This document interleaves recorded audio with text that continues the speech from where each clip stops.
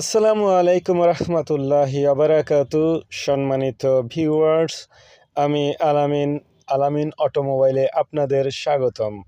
নিয়ে আসলাম আপনাদের সামনে নতুন একটি ভিডিওটি হচ্ছে হ্যান্ড ব্রেক কেন নরম হয়ে যায় এবং হ্যান্ড ব্রেকের কাজ কী, এবং হ্যান্ড ব্রেক এটা হার্ড করা কোথা থেকে হার্ড করতে হয়, এবং হ্যান্ড ব্রেকের পাশাপাশি ব্রেক স্লিপ করলে কী করণীয়, কেন ব্রেক স্লিপ করে। অথবা আপনারা বুঝতে পারেন এভাবে যে আপনারা পূর্বে যেখানে ব্রেক করতেন সেখানে সেম পরিমাণে ব্রেক করার পরও গাড়িটা একটু সামনের দিকে বেশি চলে যাচ্ছে, এটা কেন যাচ্ছে সেই বিষয়টা নিয়েই আমি আপনাদের সামনে আলোচনা করার চেষ্টা করব। আপনারা ধৈর্য সহকারে ভিডিওটি দেখুন।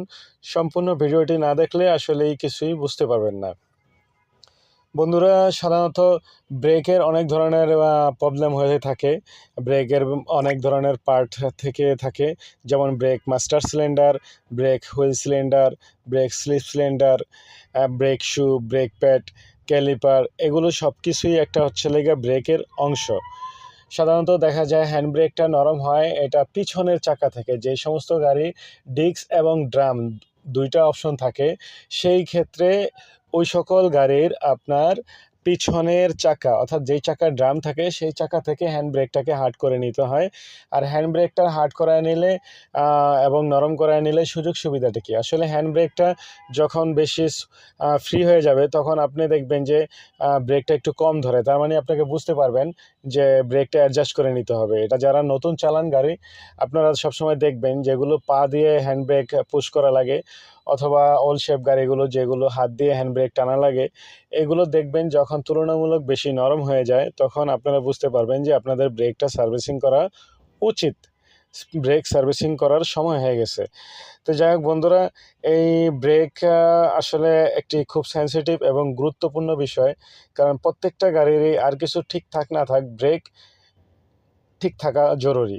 কেননা আপনার গাড়ি সেফ এবং হতাহত থেকে আপনি যদি বাঁচতে চান তাহলে অবশ্যই আপনাকে ব্রেকটা ঠিক করে নিতে হবে। যদি কোনো কারণে আপনার গাড়ির ব্রেক একটু কম ধরে, হয়তো আপনার গাড়িটা একটু ড্যামেজ হয়েছে, সেটা আপনি ড্যামারেজ বহন করবেন, কিন্তু সেটা যদি কোনো অন্য একটা গাড়ির সাথে লাগে তখন সেই ক্ষেত্রে সেটাও আপনাকে ড্যামারেজ বহন করতে হবে। অথবা যদি কোনো মানুষের ক্ষয়ক্ষতি হয়ে যায় তাহলে তো কোনো কথাই নেই, আপনি চরম বিপদে পড়ে যাবেন।